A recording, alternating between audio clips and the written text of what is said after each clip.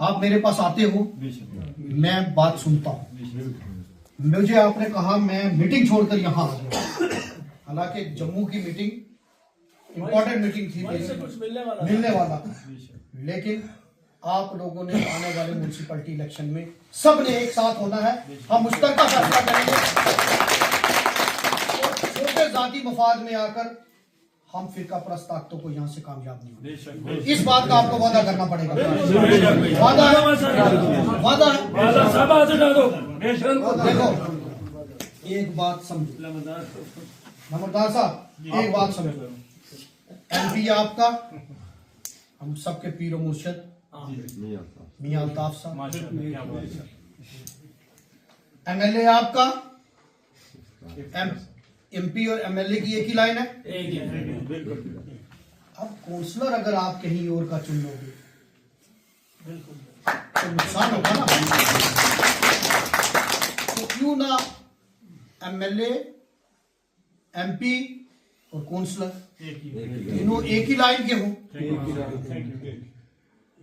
अब आप ये कहोगे कि भाई हम यहाँ भेदभाव कर रहे हैं। इफ्तिखार अहमद के बनने से किसी मजहब के आदमी को खतरा नहीं है, चाहे वो किसी भी मजहब का आदमी हो। ये लंबरदार साहब संजीव जी मेरे साथ बैठे हैं। अगर मैंने सबसे पहला कहीं हैंडपंप दिया तो वो नव दुर्गा मंदिर में दिया, तो ख्वाजा गरीबनाथ मस्जिद में दिया। मेरे लिए दोनों बराबर हैं। मेरे बनने से किसी गुरुद्वारे का जो सेवादार है, किसी मंदिर का पुजारी और किसी मस्जिद का इमाम खतरे में नहीं आएगा, क्योंकि मेरे लिए तीनों बराबर हैं, तीनों। लेकिन जो लोग इससे पहले पावर में रहे उन्होंने देखा कि ये घर किसकी तरफ है।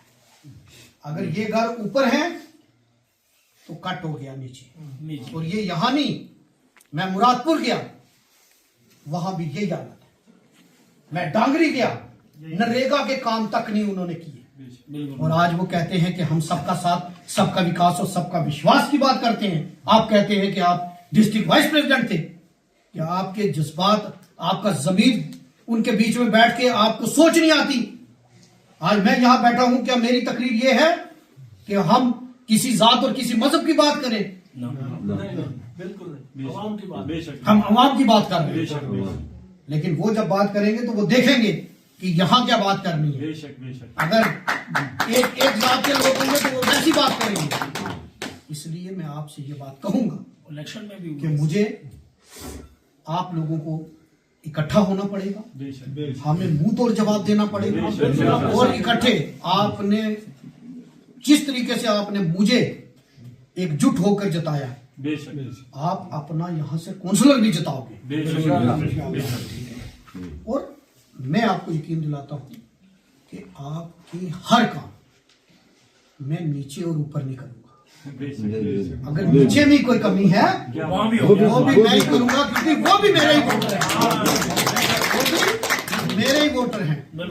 इसलिए मैं जब यहां आ रहा था, जब कच्ची रोड स्टार्ट हुई तो सगीर साहब हुआ है, हालांकि अभी किसी ने रोड की बात नहीं की थी।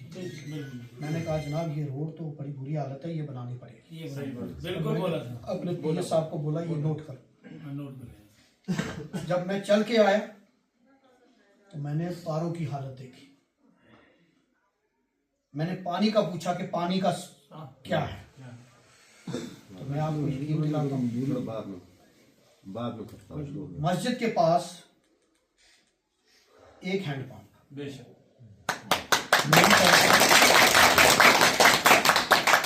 अब ये चीज दोबारा एक चीज देखना कि यहाँ हैंडपंप निकलेगा या नहीं निकलेगा, थोड़ा सा पूरे कर लेंगे, वो देखो देना मेरा काम है। लेकिन अगर क्या होता है आजकल टेंडर वर्क होता है, टेंडर में क्या होता है हम ठेकेदार को पैसा दे देते हैं, ना निकले तो पैसा जाया। फिर वो ये नहीं होता कि यहाँ नहीं निकला तो उधर निकाल लो, वो नहीं होता। इसलिए सूटेबल जगह देखो, आप उसको थोड़ी दूर भी करके आप उसमें पाइपें शाइपें डाल के टैंकी बना लो।